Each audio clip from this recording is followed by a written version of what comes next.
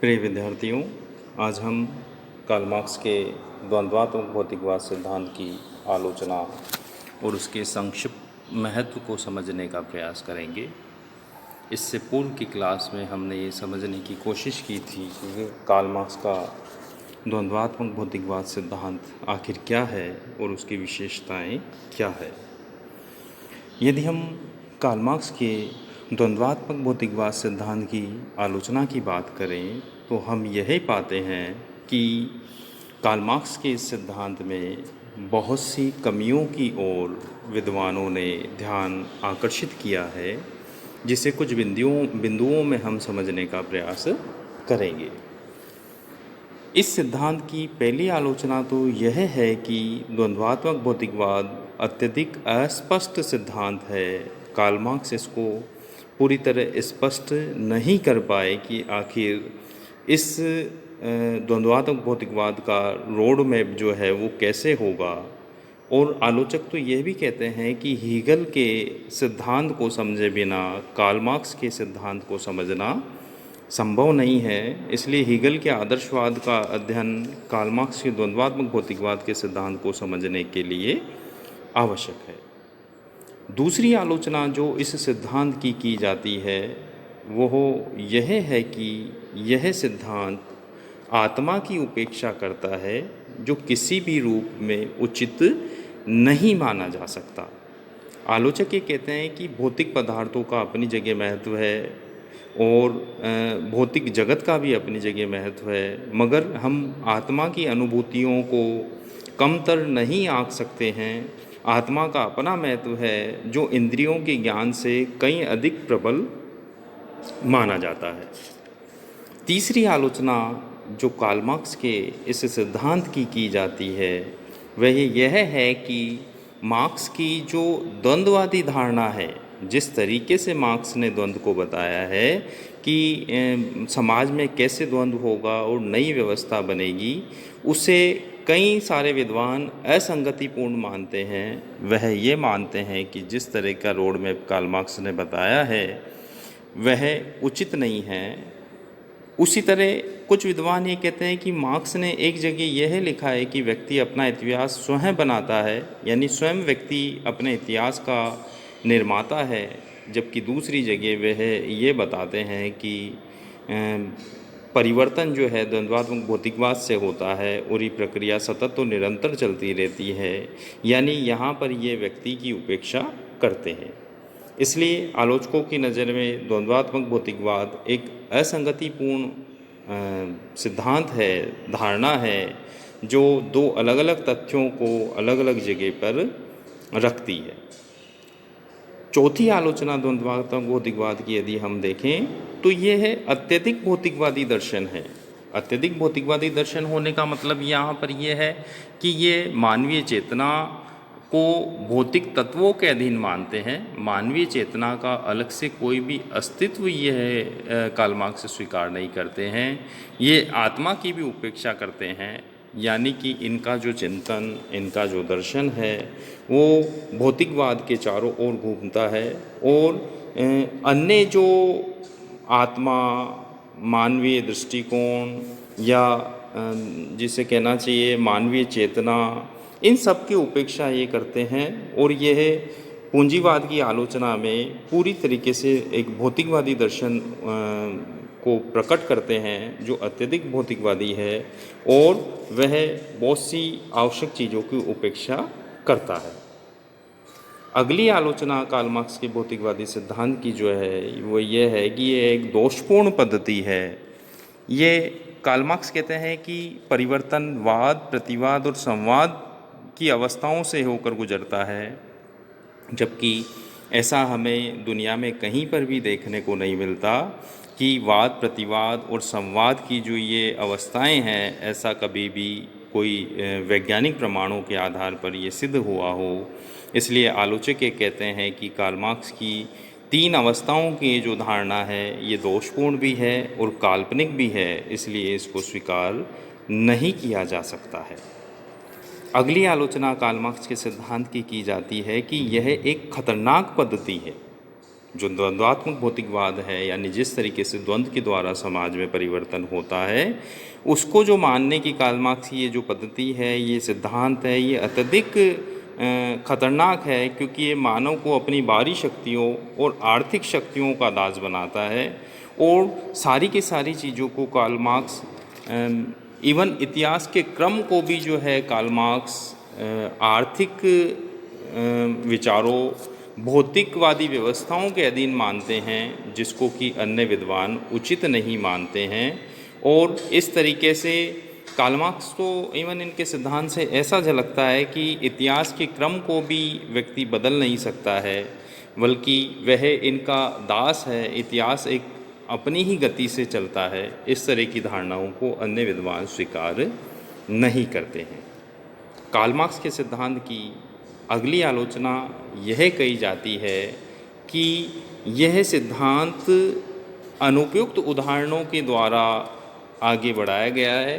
Karl Marx ने कुछ उदाहरण से इस चीज़ को समझाने की कोशिश की अपने सिद्धांतों को, जैसे कि एक जगह वे बर्फ़ और पानी को एक दूसरे का विरोधी बताते हैं, जबकि इस बात से विद्वान सहमत नहीं हैं। वो ये कहते हैं कि बर्फ़ और पानी एक दूसरे के विरोधी नहीं है, बल्कि एक ही वस्तु की दो भिन्न भिन्न अवस्थाएं हैं। तो इस तरीके से अनेकों आधार पर कार्ल मार्क्स के सिद्धांत की आलोचना विभिन्न विद्वानों के द्वारा की जाती है। एक आलोचना और कार्ल मार्क्स के सिद्धांत की जाती है कि कार्ल मार्क्स केवल इतिहास के उत्थान की बात बताते हैं। मानवीय इतिहास को केवल वो ही कहते हैं कि इसमें हम निरंतर एक अवस्था से दूसरी अगली अवस्था में विकास या गति करते हैं, जिसको भी विद्वान उचित नहीं मानते। वो यह कहते हैं कि मानवीय इतिहास उत्थान की ही कहानी नहीं है, केवल उत्थान को ही इसके आधार पर नहीं देखा जा सकता। मानवीय इतिहास में पतन भी होता है। उत्थान और पतन दोनों ही मानवीय इतिहास में हमें देखने को मिलते हैं। तो विद्यार्थियों, इस तरीके से हमने ये समझने की कोशिश की कि कार्ल मार्क्स के द्वंद्वात्मक भौतिकवाद सिद्धांत की क्या क्या आलोचनाएं विद्वानों की दृष्टिकोण पर की जाती है। अगर इसको हम समराइज़ करें, समरी के रूप में आपको मैं समझाने की कोशिश करूं, तो प्रमुख रूप से हम संक्षेप में ये कह सकते हैं कि कार्ल मार्क्स का सिद्धांत अत्यधिक भौतिकवादी है। कार्ल मार्क्स केवल भौतिकतावाद पर जोर देते हैं, वह अन्य चीज़ों की उपेक्षा करते हैं। हीगल ने विचारों के महत्व को बहुत महत्वपूर्ण माना, जिसको कि कार्ल मार्क्स ने पूरी तरह से खारिज कर दिया और उन्होंने सिर्फ भौतिकतावाद पर जोड़ दिया। कार्ल मार्क्स इवन ये मानते हैं कि सबसे महत्वपूर्ण जो तत्व होता है परिवर्तन का, वह होता है आर्थिक, यानी अर्थव्यवस्था के इर्द गिर्द ही सारी चीज़ें घूमती है, ऐसा कार्ल मार्क्स मानते हैं, जो भी इनकी इस पद्धति की आलोचना का महत्वपूर्ण आधार है। विद्वान इवन ये कहते हैं कि ये पद्धति तर्कसंगत नहीं है, असंगतिपूर्ण है। तीन अवस्थाओं के जो क्रम कार्ल मार्क्स ने बताए हैं परिवर्तन के, वाद, प्रतिवाद और संवाद, उसको भी अन्य समाजशास्त्री या अन्य विचारक उसको स्वीकार नहीं करते और कहते हैं कि ऐसा होना हमेशा संभव नहीं है। साथ साथ कुछ विद्वान ये कहते हैं कि पद्धति अत्यधिक खतरनाक है। खतरनाक होने का सेंस ये है कि यह पद्धति व्यक्ति की भी उपेक्षा करती है। व्यक्ति को भी अपने आप में इतिहास बदलने की शक्ति नहीं है। कहीं पे तो कार्ल मार्क्स कहते हैं कि व्यक्ति अपने इतिहास का निर्माता खुद है, मगर इस सिद्धांत से कहीं हमें ऐसा दर्शन नहीं होता कि व्यक्ति अपने इतिहास को स्वयं बना रहा हो, बल्कि हमें ऐसा लगता है कि एक तीसरी ही शक्ति हमारे इतिहास को बदल रही है, जो निरंतर एक निश्चित क्रम और गति से आगे बढ़ रही है। जैसा कि कार्ल मार्क्स हमें बताते हैं कि किसी भी अवस्था में कोई भी अवस्था वाद के रूप में होती है, फिर उसमें प्रतिवाद उत्पन्न होता है और अंत में जाके संघर्ष के द्वारा हम संवाद की स्थिति में आते हैं और ये क्रम निरंतर चलता रहता है। तो अनेकों आधारों पर कार्ल मार्क्स के इस सिद्धांत की आलोचना की जाती है, मगर मैं फिर भी एक चीज़ आपसे ये बताऊंगा कि इसकी सिद्धांत की कितनी भी आलोचना की जाए, मगर कुछ एक महत्व भी इस सिद्धांत के महत्व को भी हमें ध्यान में रखना होगा अपनी बातों के साथ, कि इस सिद्धांत का क्या महत्व है, ये सिद्धांत क्यों महत्वपूर्ण है, ये सिद्धांत हमें ऐसी कौन सी चीज़ें हैं जिसको कार्ल मार्क्स के योगदान को जिस संदर्भ में भुलाया नहीं जा सकता है। तो हम कार्ल मार्क्स के सिद्धांत के महत्व की अगर हम बात करें, तो सबसे जो महत्वपूर्ण कुछ बिंदु उसके महत्व को जो झलकाते हैं, तो हम ये कहें कि कार्ल मार्क्स ने पूंजीपतियों के लिए एक चेतावनी सूचक के रूप में इस सिद्धांत को रखा है। ये पूंजीपतियों के लिए एक चेतावनी थी कि अगर वो उन्होंने खुद को नहीं सुधारा, अगर उन्होंने उनकी जो कार्ल मार्क्स ने जिन कमियों की और पूंजीवादी सिद्धांत की ओर हमारा ध्यान आकर्षित करने का प्रयास किया, तो उनके लिए एक चेतावनी थी कि जिस तरीके से इससे पहले वाली व्यवस्था सामंतवादी युग जिस तरीके से समाप्त हो गया, तो उसी प्रकार से पूंजीवादी युग भी समाप्त हो जाएगा। और पूंजीवादी युग जो समाप्त हो जाएगा तो व्यवस्थाओं में एक नया युग उत्पन्न होगा। तो पूंजीपतियों के लिए चेतावनी सूचक इस रूप में था कि वो अपने आप को सुधार सकते हैं और लोक कल्याणकारी या मजदूरों के हित के कल्याणकारी कार्यों को करके अपने उस व्यवस्था को बचा भी सकते हैं। इसी तरह कार्ल मार्क्स के सिद्धांत में का एक महत्वपूर्ण पक्ष ये है कि यह हमें परिवर्तन के बारे में जानकारी प्रदान करता है।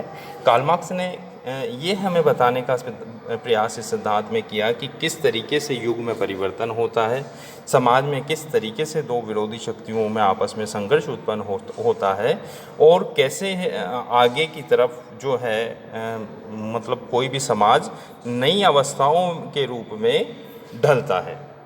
इसी तरह कार्ल मार्क्स का सिद्धांत ये बताता है कि वर्ग संघर्ष अनिवार्य है और वो ये कहते हैं कि वर्ग संघर्ष अति प्राचीन काल से समाज में चला आ रहा है। हर युग में दो वर्ग होते हैं जो आपस में संघर्ष करते हैं, जिनके द्वारा की एक नई व्यवस्था हो सकती है। साथ ही कार्ल मार्क्स के सिद्धांत से पूंजीवाद के अंत का रोड मैप भी हालांकि उन्होंने बताने की कोशिश की है, जो अक्षरश पूरी तरह हो सकता है कि कभी ऐसा हो या नहीं हो, हालांकि ऐसा होता दिखाई नहीं देता, मगर फिर भी उन्होंने कहा कि एक व्यवस्था परिवर्तन के लिए सिद्धांत को समझना या कुछ पूंजीवाद की कमियों की ओर जो कार्ल मार्क्स ने ध्यान आकर्षित किया है, वो भी इनके सिद्धांत के महत्व को सिद्ध करता है।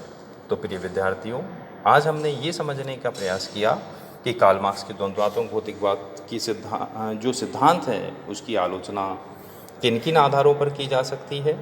साथ ही हमने ये भी देखने का प्रयास किया कि इस सिद्धांत का महत्व क्या है। मैं आपको एक चीज़ और यहाँ पे कह देना चाहता हूँ, मुझे ऐसा लगता है कई बार कि यदि कार्ल मार्क्स के विचार नहीं आए होते तो शायद हमारे युग में जो मज़दूर कल्याण के विषय में कई सारी पॉलिसीज़ जो बनी हैं कार्ल मार्क्स के समकालीन समाज में या उससे पहले जो मज़दूरों का शोषण होता था, तो उन्होंने उस ओर ध्यान आकर्षित करके उस व्यवस्था की कमियों को भी इंगित करने का प्रयास किया, जो भी उनका एक महत्वपूर्ण योगदान माना जा सकता है। तो हमने इन दो क्लासेस के माध्यम से समझने का प्रयास किया कि कार्ल मार्क्स का द्वंद्वात्मक भौतिकवाद का सिद्धांत क्या है, इस सिद्धांत की प्रमुख विशेषताएं क्या है, इस सिद्धांत की कमियां क्या है और इस सिद्धांत का महत्व क्या है। यदि आप लोगों ने इससे पहले वाला वीडियो अटेंड नहीं किया है, मेरा ई लेक्चर वाला वीडियो, या यूट्यूब पे आपने उस वीडियो को नहीं देखा है, तो इस आलोचना को समझने से पहले आप लोग उसे ज़रूर देखें ताकि आपको समझ आ सके कि कार्ल मार्क्स की आलोचना का आधार क्या है या यह सिद्धांत क्या है जिसके आधार पे आगे जाके आलोचना की जाती है। तो संक्षेप में मैं आपको बताऊं, कार्ल मार्क्स ने अपने द्वंद्वात्मक भौतिकवाद के सिद्धांत में ये कहा है कि समाज में हमेशा परिवर्तन के 3 स्तर रहते हैं। किसी भी व्यवस्था में सबसे पहले वाद उत्पन्न होता है, वाद में किसी भी तरह का संघर्ष नहीं होता, यथास्थिति होती है। फिर धीरे धीरे क्या होता है कि एक विरोधी शक्ति उस व्यवस्था में उत्पन्न हो जाती है। वो विरोधी शक्ति उत्पन्न होने का मतलब यह है कि जो वाद की अवस्था थी वो प्रतिवाद में बदल गई, और प्रतिवाद में बदलने के कारण उनमें आपस में संघर्ष होता है, और ये संघर्ष धीरे धीरे छोटे मोटे संघर्ष की स्थिति से क्रांति के रूप में बदल जाता है। और जैसे ही क्रांति होती है तो क्रांति के बाद युग परिवर्तन होता है और हम एक नए युग में प्रवेश कर जाते हैं, जैसे कि हम सामंतवादी युग से पूंजीवादी युग में आ गए। ये सब चीज़ें कार्ल मार्क्स के दृष्टिकोण के अनुसार है। तो कार्ल मार्क्स कहते हैं कि वाद से प्रतिवाद उत्पन्न होता है, प्रतिवाद में जब संघर्ष होता है तो हम एक नए युग में आ जाते हैं जिसे संवाद कहते हैं, यानी वो संवाद की स्थिति में होता है। और संवाद की स्थिति में जब आपस में कोई संघर्ष नहीं होता, मगर धीरे धीरे संवाद वाद में बदल जाता है और वही एक क्रम दोबारा से दोहराया जाता है कि वाद में फिर प्रतिवाद उत्पन्न होता है और ये क्रम निरंतर चलता रहता है, यानी इस क्रम में संघर्ष निरंतर चलता रहता है और इसी तरीके से परिवर्तन होता है। तो कार्ल मार्क्स के हमने इस सिद्धांत को समझने की कोशिश की। धन्यवाद।